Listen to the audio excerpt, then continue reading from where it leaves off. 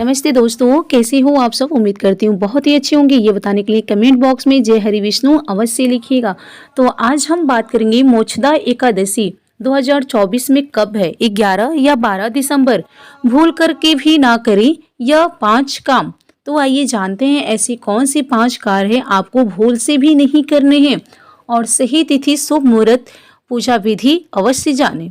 आज हम इस वीडियो में आपको बताएंगे साल 2024 में मार्गशीर्ष मास के शुक्ल पक्ष की मोक्षदा एकादशी कब है, पूजा व पारण का शुभ मुहूर्त और एकादशी के दिन कार्यों को करना, किस कार्यों को करना वर्जित बताया गया है।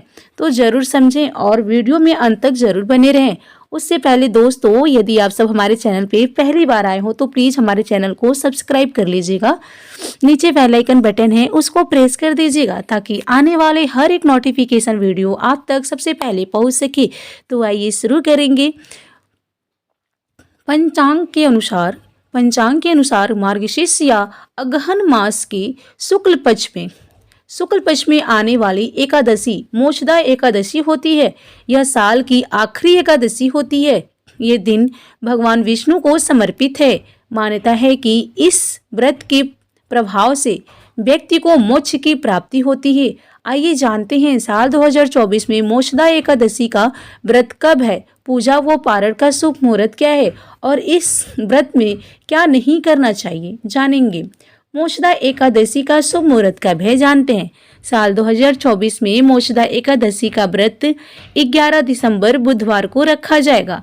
एकादशी तिथि प्रारंभ होगी 11 दिसंबर प्रातःकाल 3:42 पर। एकादशी तिथि समाप्त होगी 12 दिसंबर प्रातःकाल 1:09 पर। पारण का शुभ मुहूर्त होगा 12 दिसंबर प्रातःकाल 7:05 से प्रातःकाल 9:09 तक। आइए जानते हैं एकादशी के दिन क्या ना करें। तुलसी में जल डालना अपरिचित ना करें। मान्यताओं के अनुसार एकादशी के दिन तुलसी माता निराजल व्रत रखती हैं। ऐसे में एकादशी के दिन तुलसी में जल डालना अपरिचित नहीं करना चाहिए, यानी कि तुलसी में जल नहीं डालना चाहिए। साथ ही चावल का सेवन करना शास्त्रों के अनुसार ऐसी मान्यता है कि एकादशी के दिन चावल का सेवन नहीं करना चाहिए। चावल को हवस्य अंत्र यानी देवताओं का भोजन कहा जाता है, इसलिए एकादशी तिथि पर चावल का सेवन वर्जित माना गया है। तो चावल का सेवन भूल से भी ना करें। जो व्रत हैं और जो ना व्रत हैं, किसी को भी चावल का सेवन नहीं करना चाहिए। एकादशी वाले दिन नाखून बाल ना काटें। एकादशी के दिन बाल या नाखून भी नहीं काटने चाहिए। इस तरह के कार्य एकादशी के दिन वर्जित बताया गया है। तो नाखून बाल आप पहले से ही काट सकते हैं। तुलसी के पत्ते नहीं तोड़ें। धार्मिक मान्यताओं के अनुसार एकादशी तिथि के दिन किसी भी पूजनीय पेड़ पौधों की पत्ती, विशेषकर इस दिन तुलसी के पत्ते तोड़ने से बचना चाहिए। तो आपको तुलसी का पत्ता बिल्कुल नहीं तोड़ना चाहिए।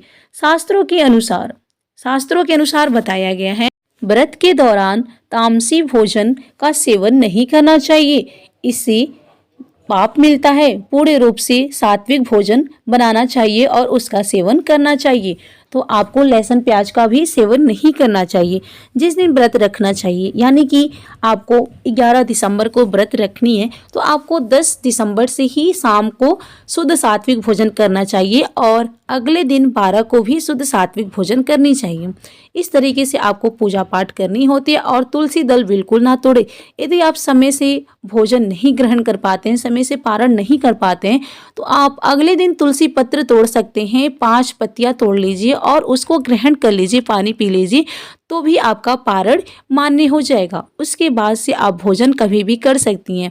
यदि आपको किसी वजह से नहीं कर सकती हैं, तब ऐसा नहीं कि भोजन है भी और आप तुलसी दल खा लें। जी नहीं दोस्तों, यदि किसी कारण आपको लेट हो जा रहा है, किसी कारण आप किसी काम में फंस गई हो, जैसे कि उस तरीके से आप तुलसी दल खा सकती हैं। तो इस तरीके से करना है और आपको अगले दिन आपको दान दक्षिणा किसी पंडित ब्राह्मण को देना चाहिए। उसके बाद से आपको पारण करने चाहिए। किसी ब्राह्मण को चाहे तो आप 5-7 भोजन करा सकती हैं, ब्राह्मण को दान दक्षिणा दे सकती हैं, अन्न दे सकती हैं, अगले दिन दे सकती हैं, लेकिन जिस दिन व्रत रखते हैं उस दिन अन्न का दान भी नहीं करनी चाहिए।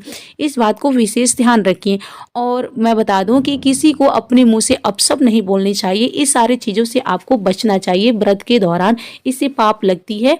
और ना ही किसी से सुनना चाहिए। यदि आपके द्वार पे कोई भिक्षुक आ गए तो उसे भगाना नहीं चाहिए। कोई भी आ गए तो उसे दान दक्षिणा अवश्य देनी चाहिए अपने हिसाब से।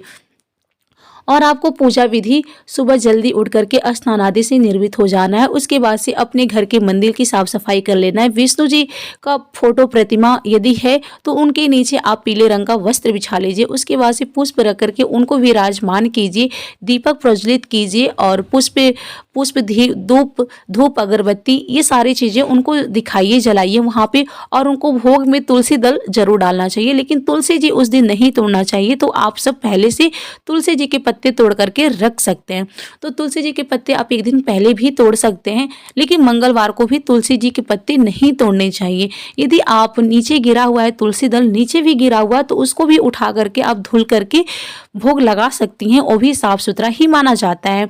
उस दिन आप तुलसी दल उठा सकती हैं। लेकिन कहा जाता है कि तुलसी दल 3 दिन तक बासी नहीं मानी जाती हैं। यदि आप सोमवार को भी तोड़ रही हैं तो 3 दिन तक तुलसी दल बासी नहीं माना जाता है। तो इस वजह से आप सोमवार को भी तोड़ सकती हैं।